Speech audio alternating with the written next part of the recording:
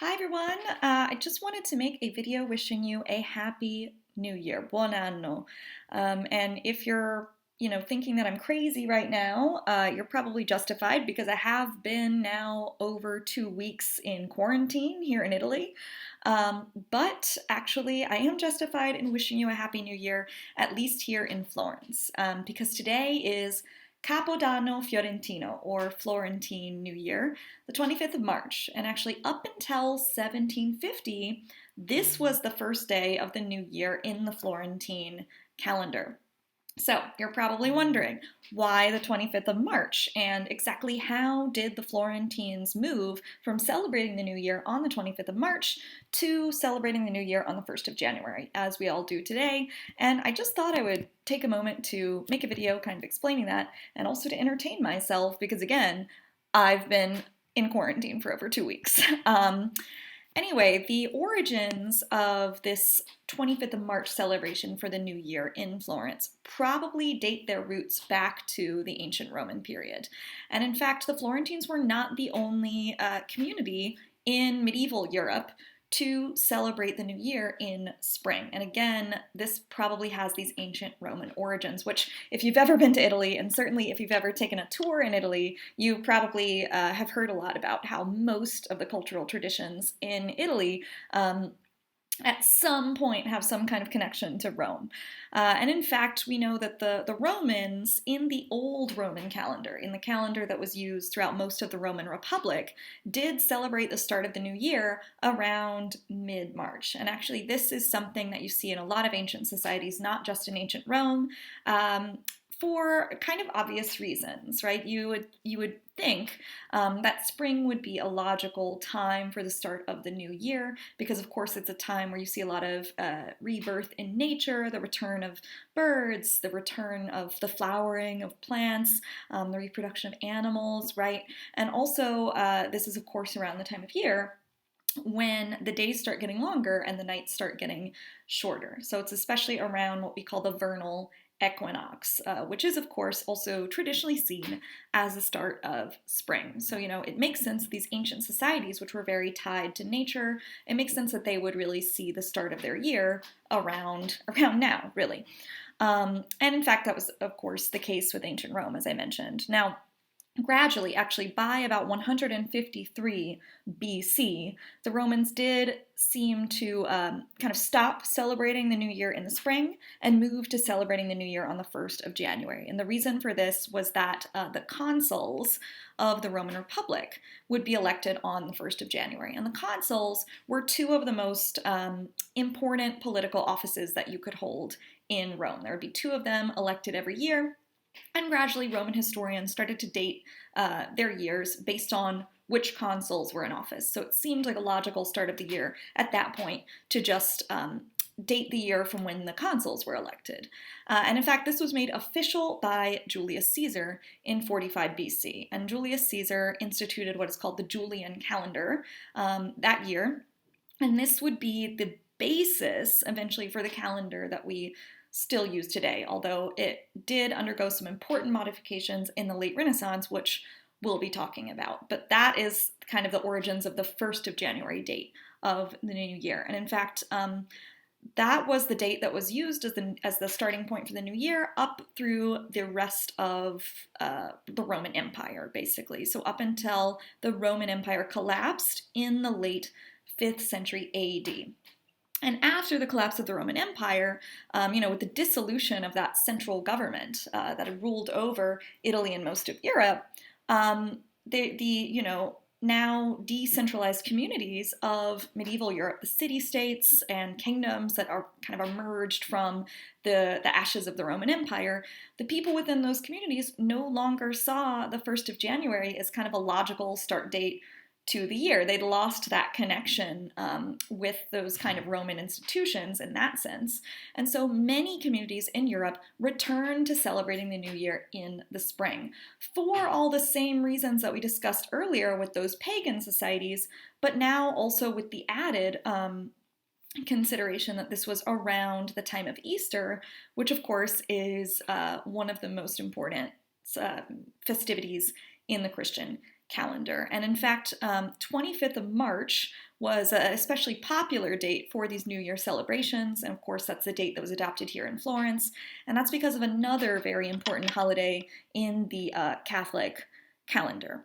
So the 25th of March is the feast day of the Annunciation. So this is the day when the angel Gabriel, supposedly in Catholic belief, appeared to the Virgin Mary and told her that she was pregnant with the Christ child. And of course, this is also exactly 9 months before another important day on the 25th of a month, before Christmas, right? So this is a logical day to have this celebration.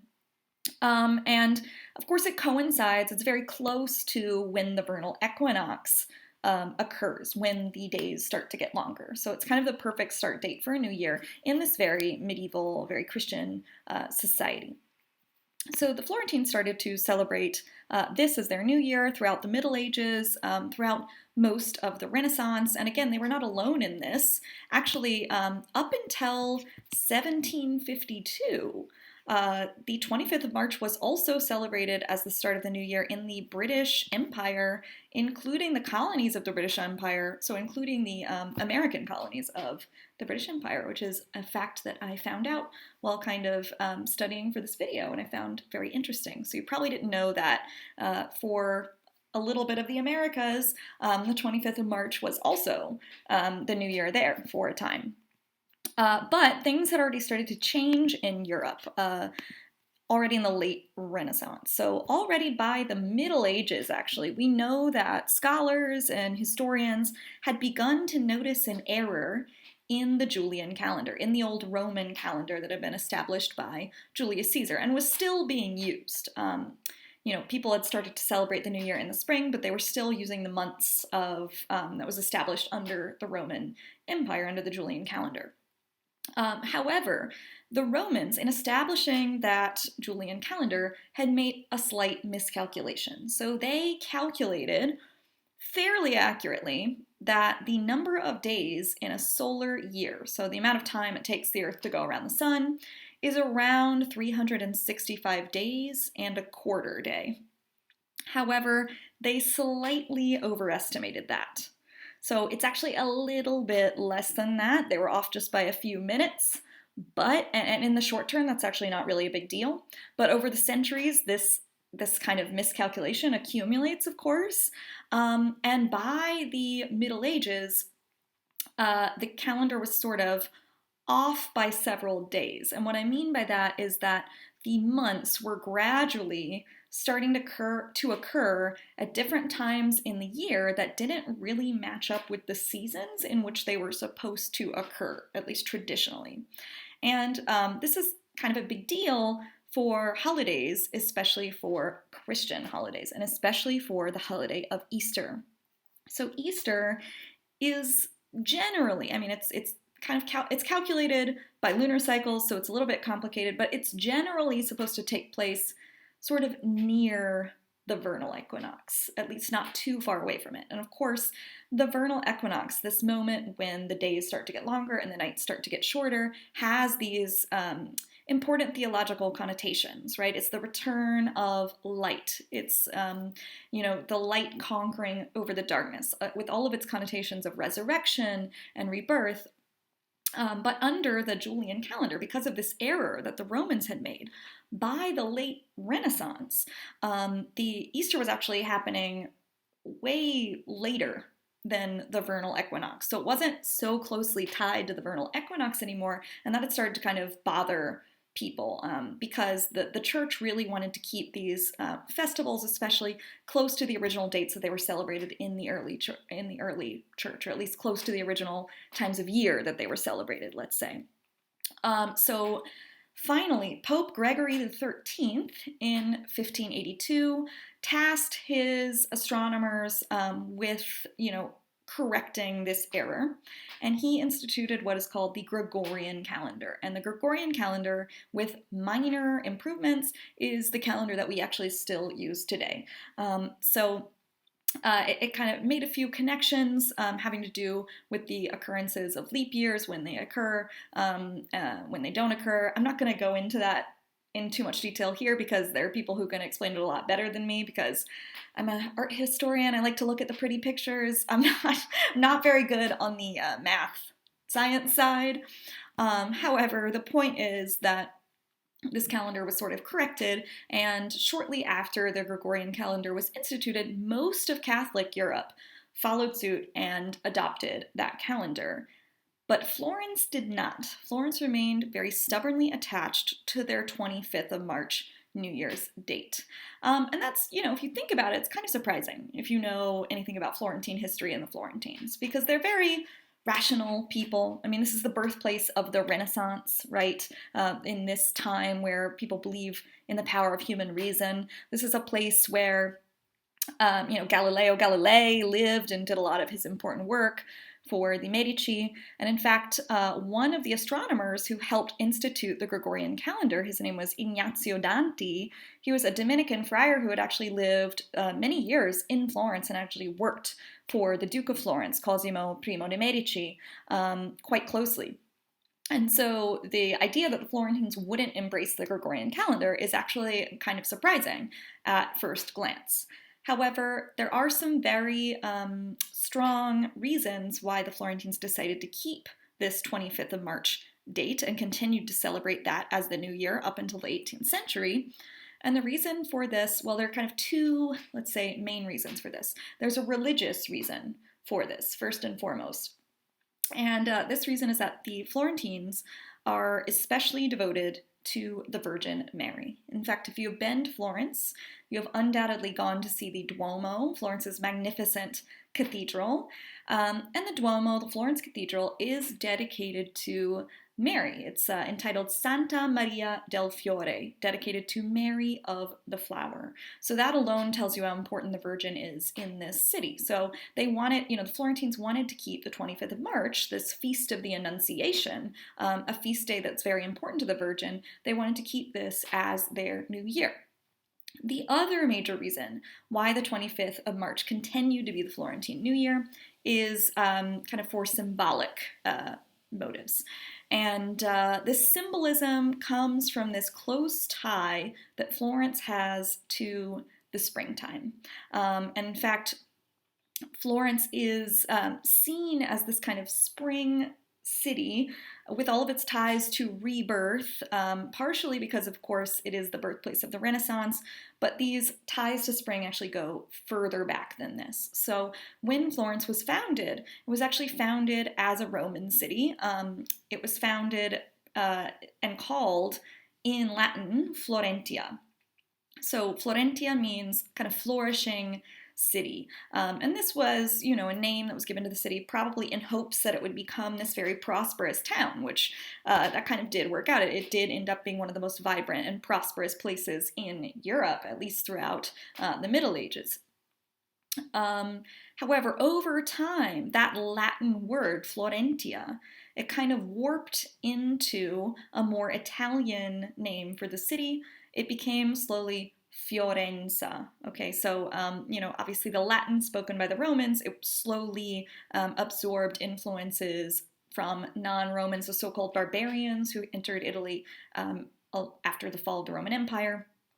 And you have these kind of regional dialects springing up all over Italy that are starting to resemble the Italian that's spoken today, right? And so in Florence, the name of the city, Florentia, just kind of gradually became Fiorenza, okay? And of course now today, Florence is called Firenze in Italian. Of course, its real name, right? So, but for a long time it was known as Fiorenza, and Fiorenza would remind Italian speakers of the word fiore.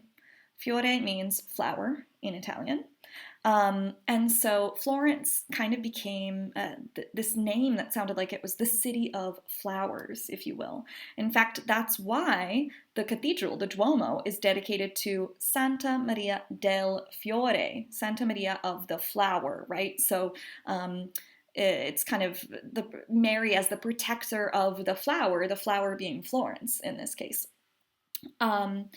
There's also, a lot of these kind of springtime legends about Florence that you will hear if you come to the city. So in the Middle Ages, in the Renaissance, the Florentines gave this explanation for the name of their city by saying when the Romans arrived, it was in the springtime, it was around the feast day to the goddess Flora, and that's why they called the city Florentia, right? So Flora is the goddess of flowers. So you can see that there's this very kind of special relationship that the Florentines have to this idea of spring and to flowering and to kind of rebirth in general. And so throughout the Middle Ages, throughout the Renaissance, the Florentines would celebrate their new year by actually leading a procession through the city and meeting in the Piazza of Santissima Annunziata. Okay, so that is a basilica that's here in Florence, and it is dedicated to the Annunciation. So, of course, it's a logical place to meet to celebrate this Feast of the Annunciation that takes place on the 25th of March. And inside that basilica, there's also a miraculous image of the Virgin Mary that is credited with having the ability to heal people of illnesses.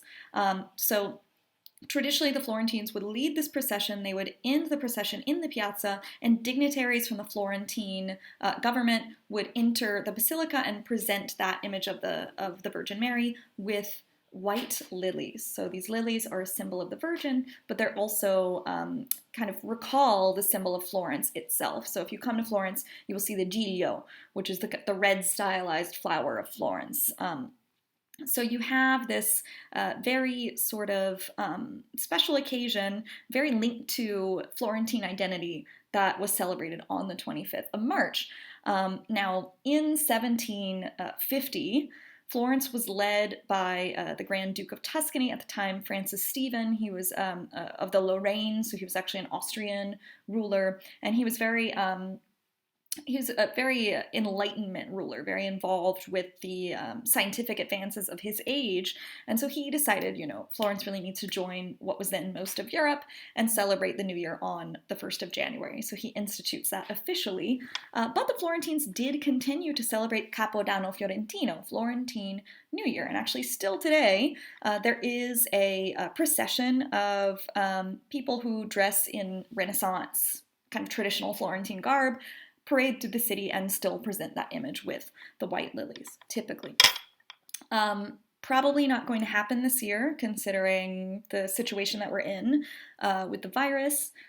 However, this is still a date that's kind of close to anybody who loves Florence's heart. So I wanted to share this tradition with you. I'm definitely looking forward to seeing this celebration revived. Hopefully next year we'll get to see it. And I still wanted to consider Capodanno Fiorentino as this chance to kind of start anew and start to appreciate all of the kind of symbolic opportunities that spring presents. Because even though we're in a really difficult moment right now, I like to look towards the future and think of the fact that this city and the world will emerge from this experience and will be restored, and hopefully also maybe find ways to even improve on how we were before. And Florence has done this many times. It's not the first time that we've had a disaster occurring in this city. Obviously, the Black Plague of 1348, there was the Siege of Florence in 1527, for example. If you think of the bridges of Florence being destroyed in the Second World War, the flood we had here in 1966, Florence has seen a lot of destruction, but it's always found a way to take those traumatic experiences and rise above them, and also use them as sort of inspiration to become even more magnificent. So I have every confidence that the city will ride out this current tragedy, and so that's why I'd like to look on this Capodanno Fiorentino as a hopeful date. So thank you all for listening to my spiel. I hope you have a wonderful day. And I hope you do get the chance to appreciate the beginnings of spring from the comfort of your own home or private garden or yard. Please, stay at home. All right, buona giornata, ciao.